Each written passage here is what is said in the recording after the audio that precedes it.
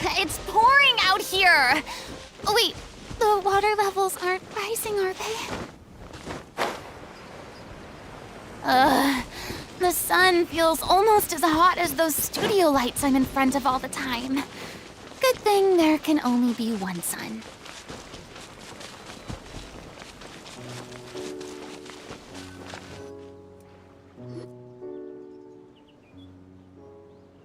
What is this place?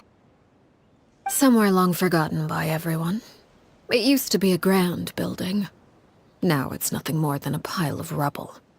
No one comes here anymore, nor does anyone care about what once happened here.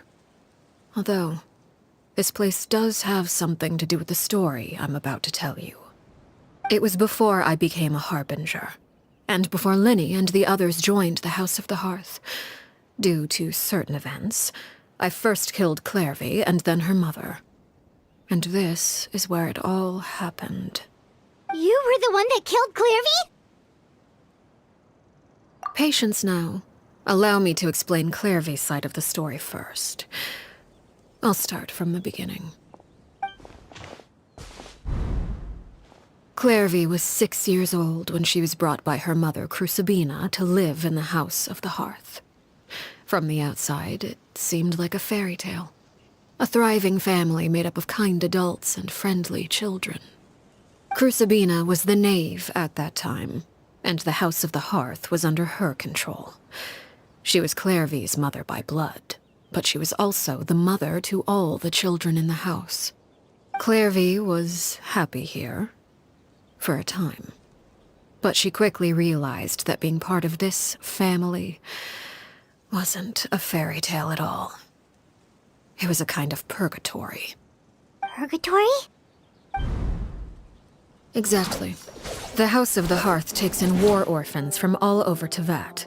But as for how to raise them, that depends entirely on the person in charge. Crucibina came up with a novel idea. She would teach the children to fight, force them to duel each other, and then crown as the king of the house the child who proved themselves most worthy of inheriting her title. It's difficult to estimate the number of children who died or were maimed in the process. There's little I can say about the ones who died. The ones that emerged with permanent injuries, on the other hand, well, they still served a purpose. They would be handed over to the doctor to be experimented on, or sent away on dangerous missions. Nothing more than tools to be used and then discarded. So those were the experiments Clairvy was talking about. But what actually happened to her? You said that Clairvy was Crucibina's daughter, so if Clairvy tried to convince her to stop what she was doing, Crucibina probably would have listened, right? Despite being Clairvy's mother, Crucibina cared little for her daughter. She forced Clairvy to join the House of the Hearth only as a means to demonstrate her own impartiality as a mother, to prove that she treated all her children equally. Clairvy did try to convince her mother to change her ways, but it was to no avail. After her efforts failed, the only other option was to rise up and try to fight back. Unfortunately, the other children had already been thoroughly indoctrinated into the illusion of happiness Crucibina had created.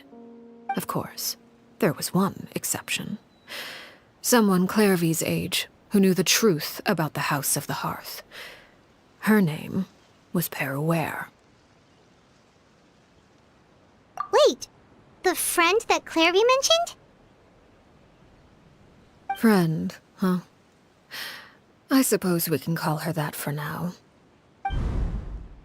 Clairvy was a cheerful and passionate person with a tenacious spirit. Peruere, on the other hand, was rather cold-blooded. Her cold-blooded nature allowed her to see through Crucibina's facade. Yet, it was also this cold-bloodedness that prevented her from acting against it. At least at first. While Clairvy longed for freedom, Peruere was convinced that, amid all the fighting and violence, she would make it until the end. Despite their differences, the two became fast friends, united by their knowledge of the truth.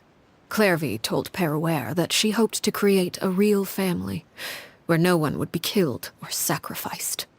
There may have been a certain naivete to her ideas, but Clairvy proved her determination many times over. She tried countless times to run away, ask for help, or expose the truth. But her efforts only earned her beating after beating. The only thing that kept her going was her strength of will. Even with her body racked with pain, she would still stand on her tiptoes and open the window at night. She and Perouer would look out at the moon together, a fierce longing for freedom shining in her eyes. But one day that light simply vanished. Oh no. What happened? Her hopelessness resulted from a culmination of things. 10 years had passed. 10 years worth of failure after failure. She and Perouer weren't children anymore, but finding any chance to escape still seemed as hopeless as ever. It was during this time that Perouer suggested a new plan. If escaping was out of the question, why not take down the very person sitting on top of this throne of lies? Mother herself. Clairvy rejected that proposal. She claimed that, as a famous harbinger, Crucibina possessed an unimaginable amount of power. Trying to kill her would have an incredibly low chance of success. Clairvy never gave another reason, but Perouer could see it written all over her face. Clairvy still thought of Crucibina as her mother. Killing her own flesh and blood was a line she couldn't bring herself to cross. If she couldn't escape and fight back, then only one option remained. Precisely. Death was the only way that she felt she could be free. It happened during a duel. When she arrived at the dueling ring that day, her partner turned out to be none other than Perouer, the very person that had stood by her side all those years. It was a fierce battle, but ultimately, Clairvy decided to let Perouer end her life. From that moment on, Perouer's journey was one written in flames. When the rain finally came and washed it all away, there she stood, the sole victor in Mother's endless game of slaughter. A trail of corpses strewn across her path to success.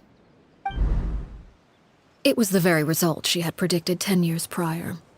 Even then, she believed she would make it until the end. She wasn't surprised by the fact that she emerged as Mother's undisputed heir. Rather, her success left her with an inexplicable sense of restlessness. She was unsettled, and there was only one thing that could quell that sensation. Perhaps you two would like to take a guess as to what it was? Crucibina, you mean? But... Correct. This is the place where Perouer killed her best friend. A mere year later, this is also the place where she fought tooth and nail to kill the mother they shared. The moment she acted, any conception of what was right or wrong ceased to matter. It's one of the principles of the house. Only those who survive get to write the rules. Perouer won the battle, and became a harbinger herself. After which Her Majesty, the Tsaritsa, bestowed upon her a new name. Arlecchino. So the Perry Clairvy was talking about... It was you all along. You're Perouer. Arlecchino is just a name you got later. I left that name behind long ago. I must say, hearing it now does bring back memories. After I defeated Crucibina, the moniker of Mother died with her. I chose to forego the title she called herself, and even chose to give up my own name. I rebuilt the House of the Hearth under a new identity. Not only as Arlecchino, but as father. And that is where the story ends. Any more questions?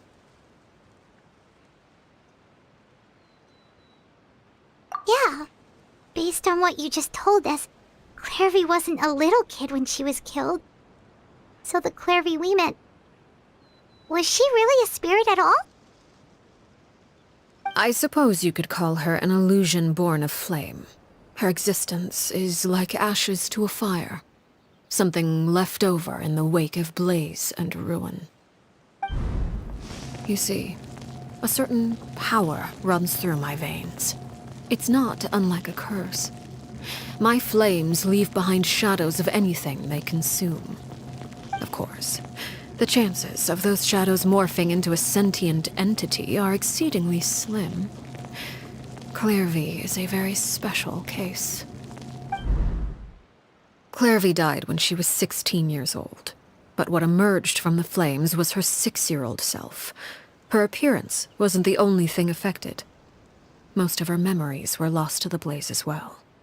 Memory is a mysterious thing indeed. Losing a portion of your memories will alter your sense of self. Lose 10 years' worth, however, and it would be like living in the past.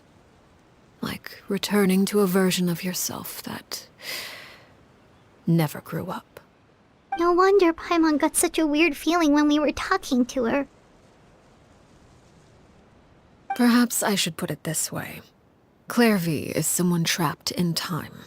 It may seem like she exists with us in the present, but she truly lives in the confines of her own past.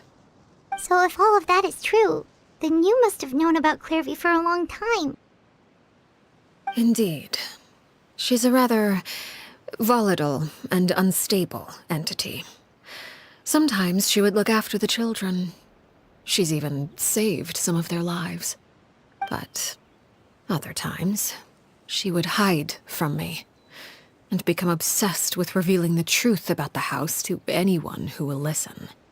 Shadows don't have the capacity to learn or grow. Any new information they encounter is quickly forgotten over time. Your attempts to expose Clairvy to sunlight. They failed, yes? The reason is actually quite simple. In Clairvy's mind, the house is impossible to escape, and it is this very perception that traps her there. But no matter. All I have to do is kill her again, and all will be resolved. I don't anticipate so much as a single speck of ash will be left behind this time. Wait! Paimon can understand why you might want her gone, but isn't there another way? So what if she's trapped in her 6-year-old self? She's still your friend! At least talk to her first! It's too late for that. She broke the rules, and now she must be punished. That goes for Filial and Nantoy as well. She's had quite the effect on them. I hope you understand the difference between Crucibina and myself lies in our formulation of the rules, not our policy for enforcing them. Upholding the rules without question is a trait we both share, because that is how a household should be run. Is this really what you want to do? Whatever could you mean? Don't you want to say a proper goodbye at least? Whether as a killer or as a father, there are two things that must be avoided at all costs: anger and sorrow. Anger makes you impulsive.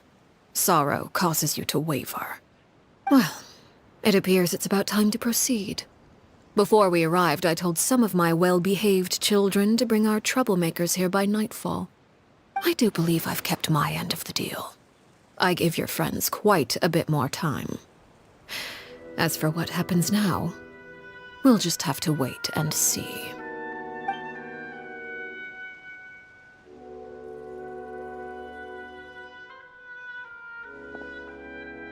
Here they are, Father. You gonna execute him? Seeing something like that would actually be a first for me. Lenny! I'm sorry. I heard about how you helped buy us more time. But I still failed. I couldn't find a way to fulfill her wish. Huh? Are you... Perry? Indeed, it's been a while, Clairvy. Perry! Shh, Stay right there. I'm sorry to postpone our reunion, but first, I believe certain scores need settling.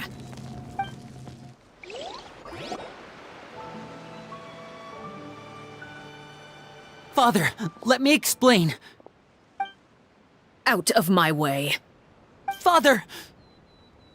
You chose to conceal a threat to the house. And for that, you must be punished. Overall, however, I suppose your wrongdoing is hardly the most egregious of the bunch, so I'll deal with your punishments later. As for right now, the more pressing concerns are the traitors among us. By traitors? Do you mean us? Father, let me explain. We didn't mean to... Fultz, why don't you share what you heard? Yes, Father. Secret Midnight Meeting number 3. Participants, Filial, Nantoi, Sato, Toddy. Nantoi clearly said, if only Father wasn't the one who took us in. Sato added, I'm sick of this life. I just want to live as a normal person. Filial was the worst of them all. She called us crazies and said a bunch of mean things about Father. I did not! You're lying! Fultz is trying to frame us. It's not like I'm the only one who heard those things. After that, you and Toddy and a bunch of other people started talking about Clairvy.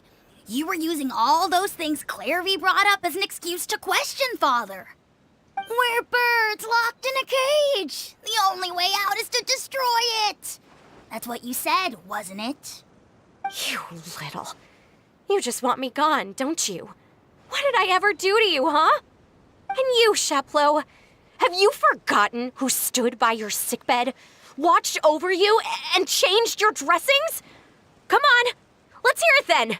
What's your reason for all this?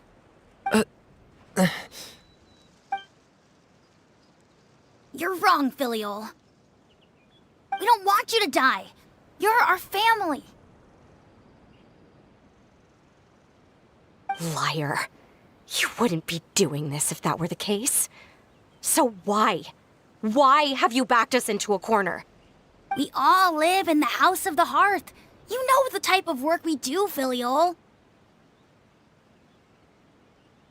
A single betrayal can cost dozens of us our lives. It's not like it's never happened before. That kind of thing is hard to forget. That's why the House of the Hearth cannot tolerate any form of betrayal. Ever since we came to Poisson, you've had 7 secret meetings. A lot of the things you talked about really crossed the line. You've been spying on us for half a month? Wait a second. Now that I think about it, the move to Poisson was just a way to make it easier to spy on us, wasn't it? Because we were all in one place. You've had this planned all along. Filial, Nantoi, I'm sorry. I owe you both my life. I owe Clairvy too. If it weren't for all your help after I got poisoned, I wouldn't be standing here today. If this were any other situation, I would do anything to repay that kindness, even if it cost me my life. But rules are rules. I'm sorry. My hands are tied. Why? Why? That's enough, Filial. We made a mistake, and we should own up to it. We broke the rules, plain and simple. And now we have to face the consequences. I'm sorry, Sheplo. Fultz. I'm sorry, Father. We accept our punishment. Chapleau, according to the rules of the House of the Hearth, how should these traitors be punished? All those who betray the house pay with their lives. And so it shall be.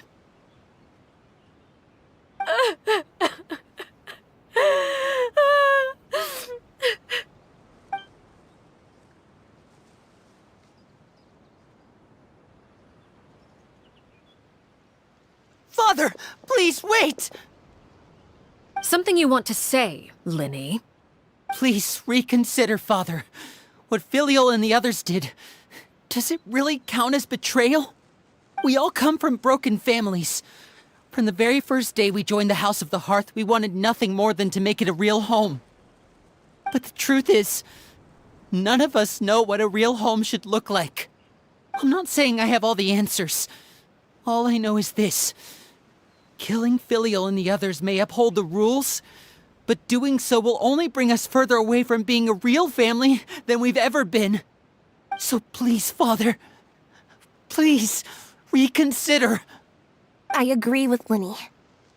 Father, please. Linny, you...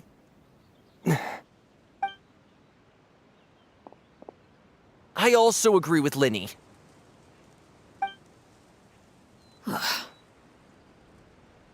An order once given cannot be rescinded.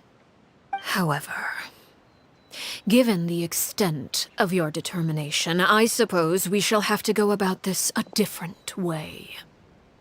Draw your weapons and face me. Our weapons? Father, are you referring to a duel? Precisely. The rules of the house will not be altered. Traitors must be punished. However, resolving disputes with a duel is also one of our rules, one that also applies to me. Demonstrate a sufficient showing of strength, and I shall offer a concession. Wait. Beat Father in a duel? Impossible. Father is way too strong, even for Linny.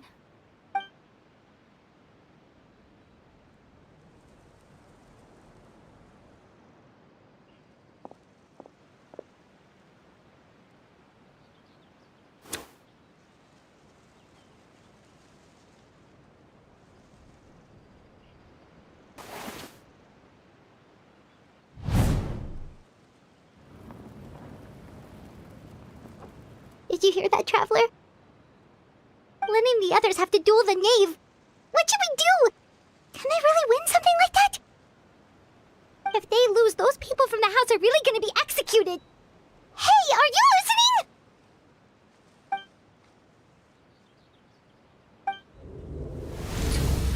Don't you want to say a proper goodbye at least? Anger makes you impulsive. Sorrow causes you to waver.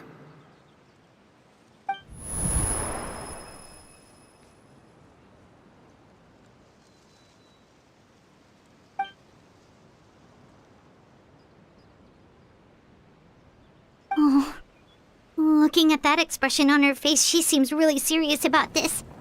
Guess that means there's no chance she's throwing the duel on purpose, huh?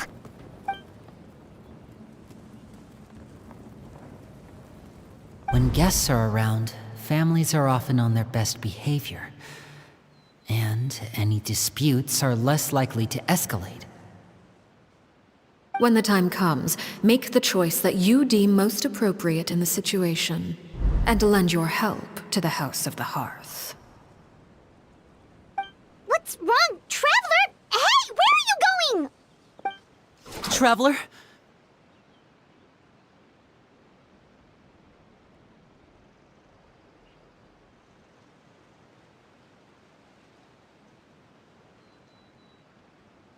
You're asking to join the duel against the knave?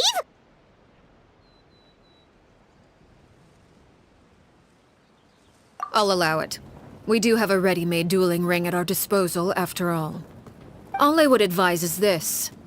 Keep a firm grasp on your weapon, and give it your all. Any less, and you may just lose your life.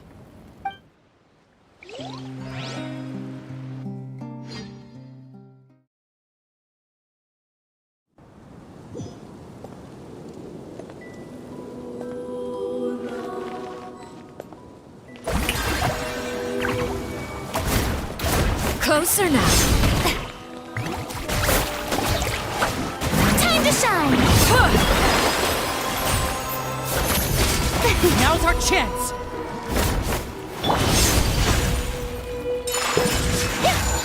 With these rising flames! Sumetsu! Is it my turn now? Illusion shattered! Now you shall perish! Now that's You alright? This may hurt a little. Sharing my knowledge. with the Minute to fall of memory. darkness, destruction shall rise. Have a taste of purgatory. Out! Dare you! Look at you, trapped like a bunch of helpless animals. Hey! And voila! How amusing. This may hurt a little.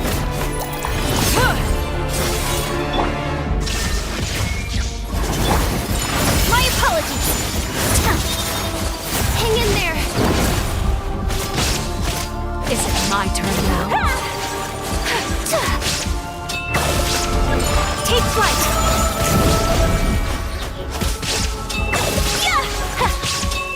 Like a fly tangled in a web. Your energy running is with these rising flames. Whirling snow! The show begins! Inazuma shines eternal! Watch out for Father's movements!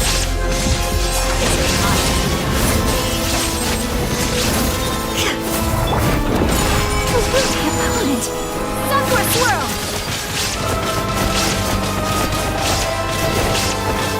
Not bad. You've proven to be a worthy opponent. You alright? Spare your energy.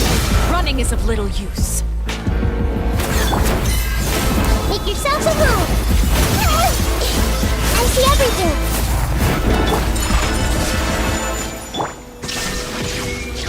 If I really have to draw my blade, Spare your energy. then... Running is of little use.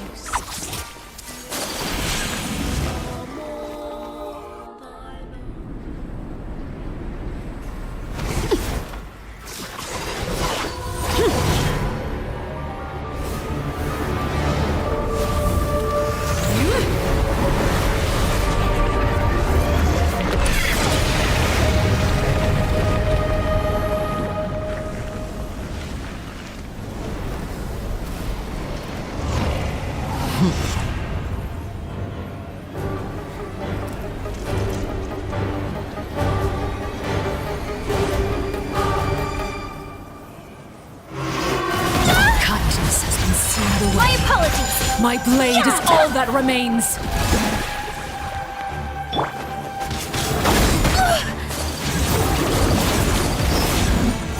Now's our chance! Over here!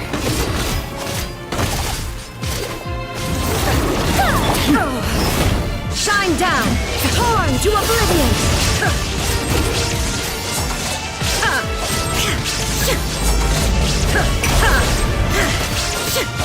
There is no... Watch out for Father's movements! Your punishment made manifest. Sumetsu!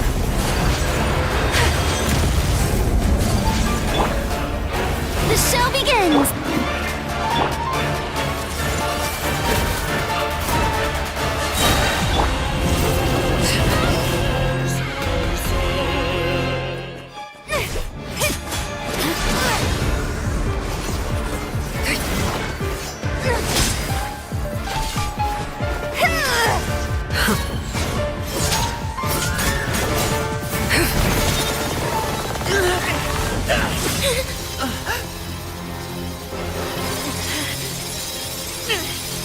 You should know better than to crowd in one place.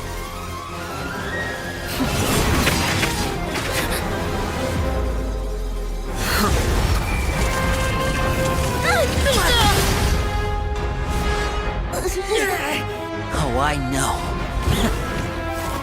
No! I'm sorry, Father!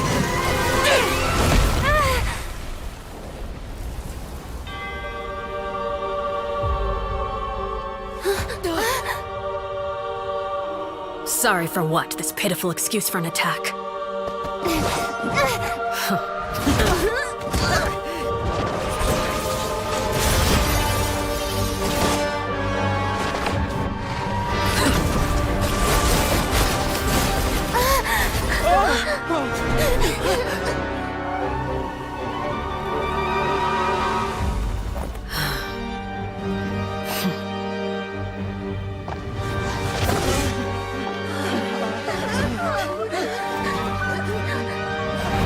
Father, no!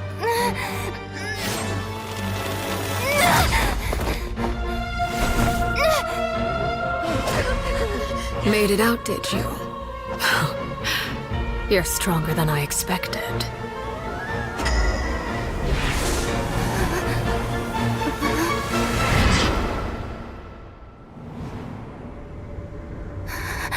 A crimson moon.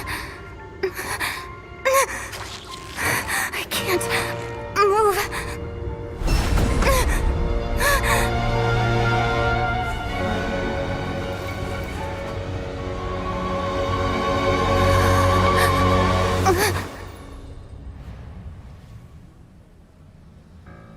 Still, not strong enough to beat me.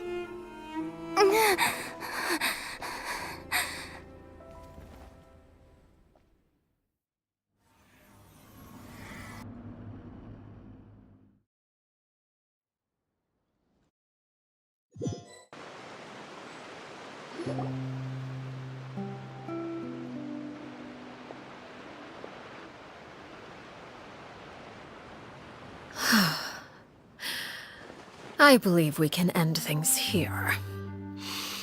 It's not often that we get to enjoy the company of guests, after all. We wouldn't want things to get too out of hand. Brother, are you alright? Lenny!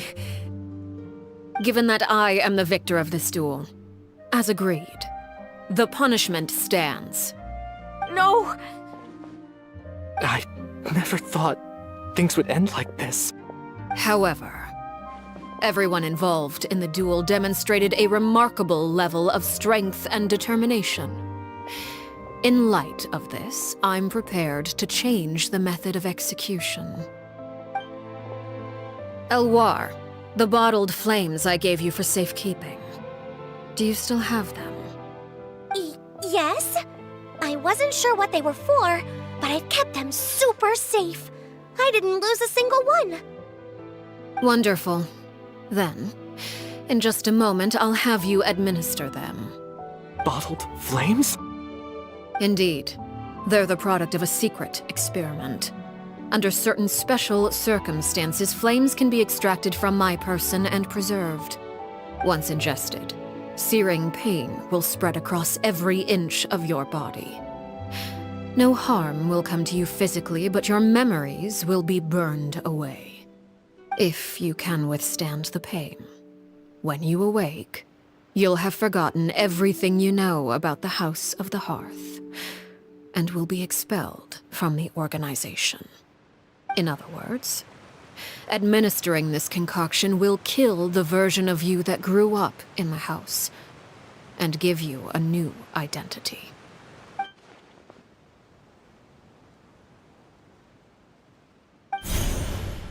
Memory is a mysterious thing indeed. Losing a portion of your memories will alter your sense of self.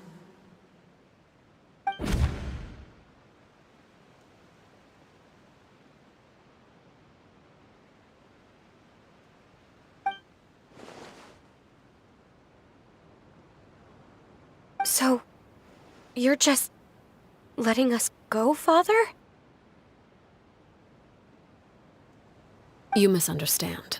Memories are extremely important. Once consumed by flame, the version of you standing before me will die, and our secrets will die with you. So no, I don't intend to just let you go, because the person who survives will be nothing but a stranger. Even so,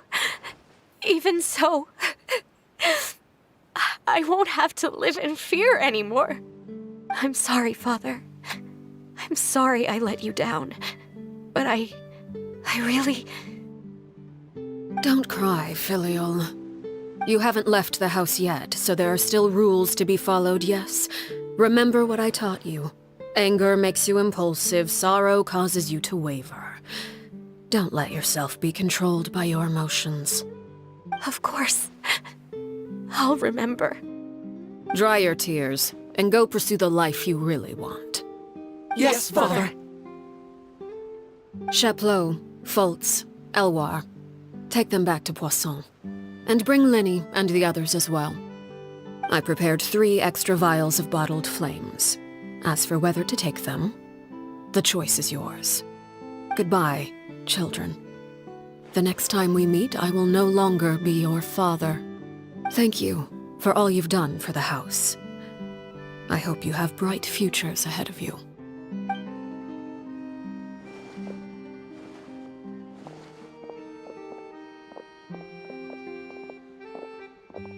Father.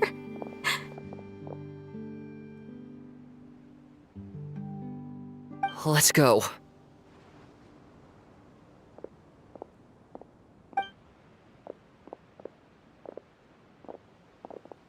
Here, grab my arm, Lenny. I'll help you walk back. Thank you.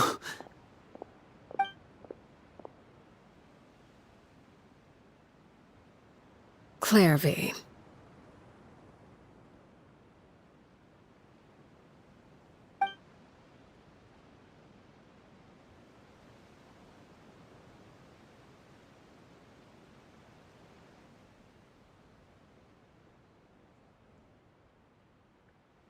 Can we talk now?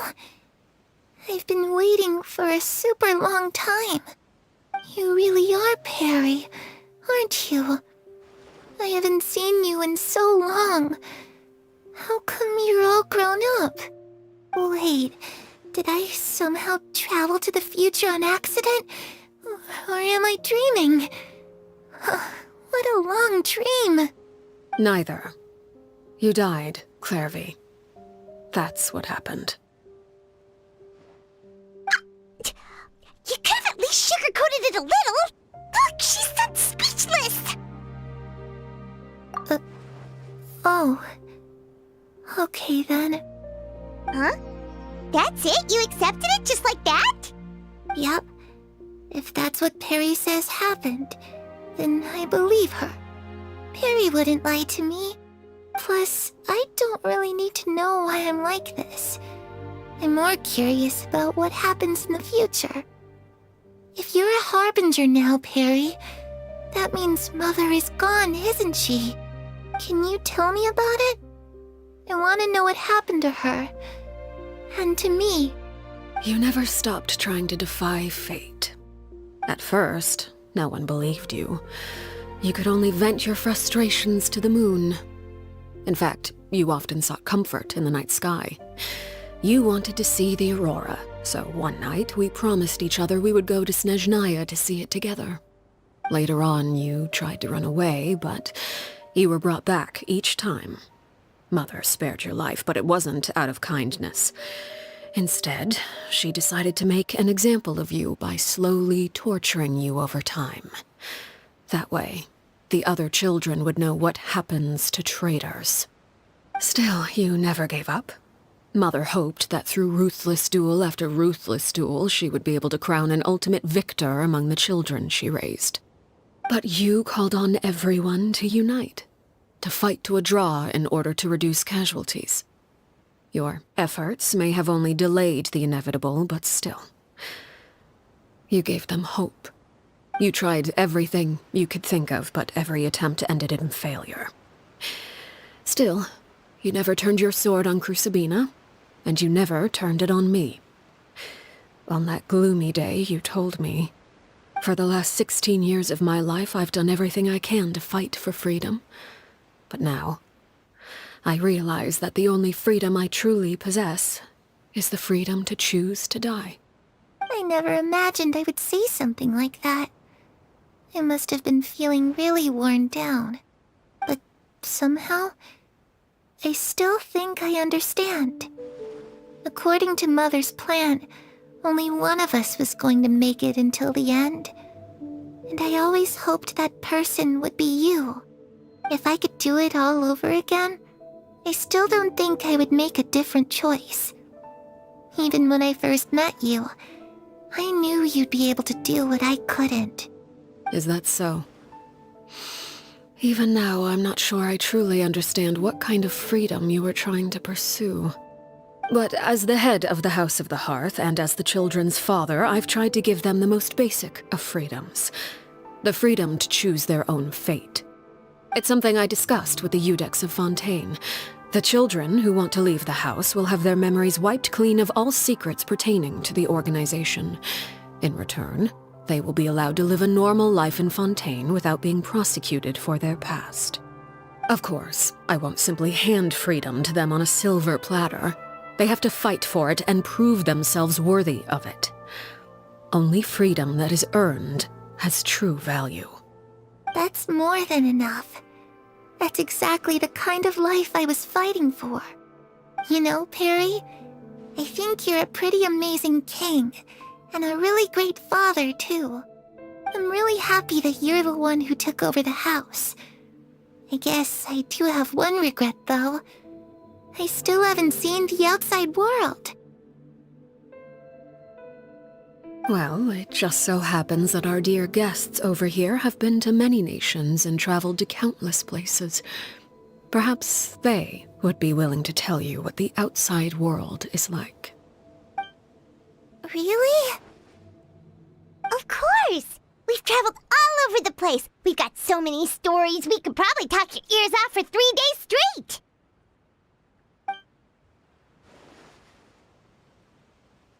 You know, I used to dream of being a bard. Playing the lute while singing into the winds of freedom.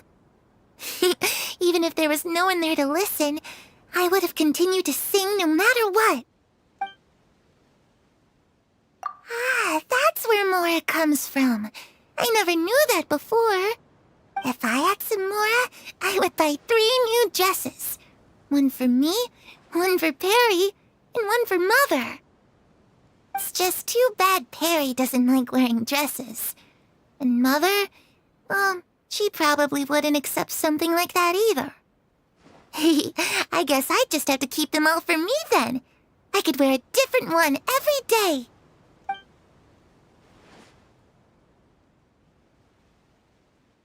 Those yokai you mentioned, what do they look like? I once saw a drawing of this one guy with horns on his head and a super scary face. Are there any yokai like that? Oh, sounds like you're talking about an Oni. Yep, we've met one, and let Paimon tell you, they're not nearly as scary as they look. I was always too afraid to skip Mother's fighting lessons. But at the academia, I bet you could do all sorts of secret things in class. Things that have nothing to do with studying. I'm just kidding. Being able to study whatever you want without having to fear for your life actually sounds pretty great.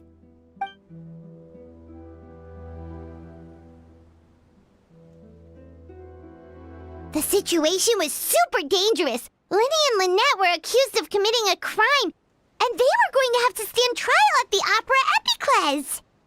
Oh no, that must have been hard for all of you. What happened next? Don't worry, we were able to turn the situation around super quick. How'd you do that? Come on, tell me. Okay, so it was like this. After the failed match...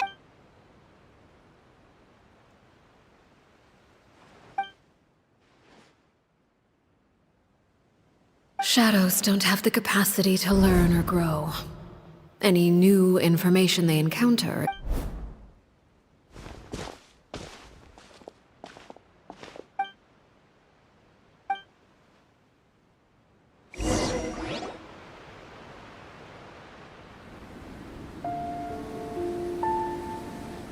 Clairvy, you've worked tirelessly from the shadows to overthrow the House of the Hearth. Now, by my authority as the Knave, I shall announce how this matter ends. Congratulations. You are hereby expelled from the House of the Hearth. You are no longer tied to this place, nor are you bound by its rules. You're saying that I can finally leave? I get to experience the outside world as well? Oh, I almost forgot. There's no getting older for me. Still, seeing who you grew up to be makes me really happy, Parallel. Take care of yourself. Goodbye. May we meet again someday.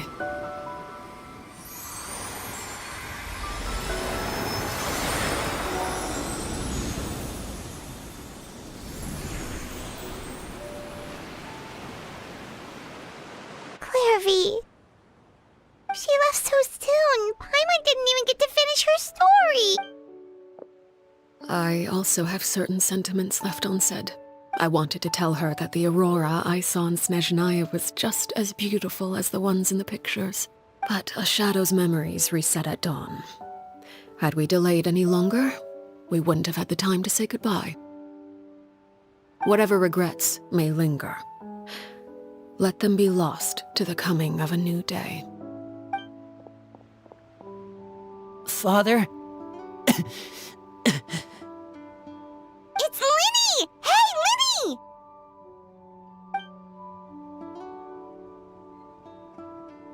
What is he doing back here? Let's go check it out.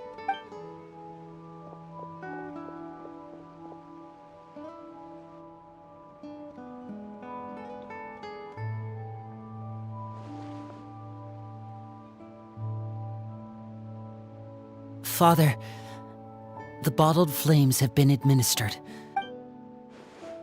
And you? What have you decided? Thank you for giving us that choice, Father. But we never wanted to leave the house. It's the only home we've ever known. Lynette and Fremine feel the same way. They're recuperating back at the Hotel Bouffe d'été. But I decided to come back and tell you where we stood. I'm sure you're well aware of the expectations I have for you. I want you to follow in my footsteps and become the next king of the house. Yet you seem to have different ideas.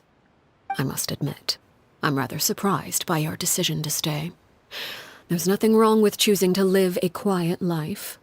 Leading this organization is a heavy responsibility, one not so easily carried by someone forced onto the throne. I just never understood what you saw in me.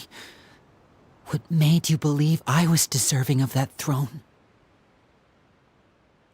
You're brave, talented, and, most importantly, you cherish your family. You would do anything to protect them, even if it costs you your life.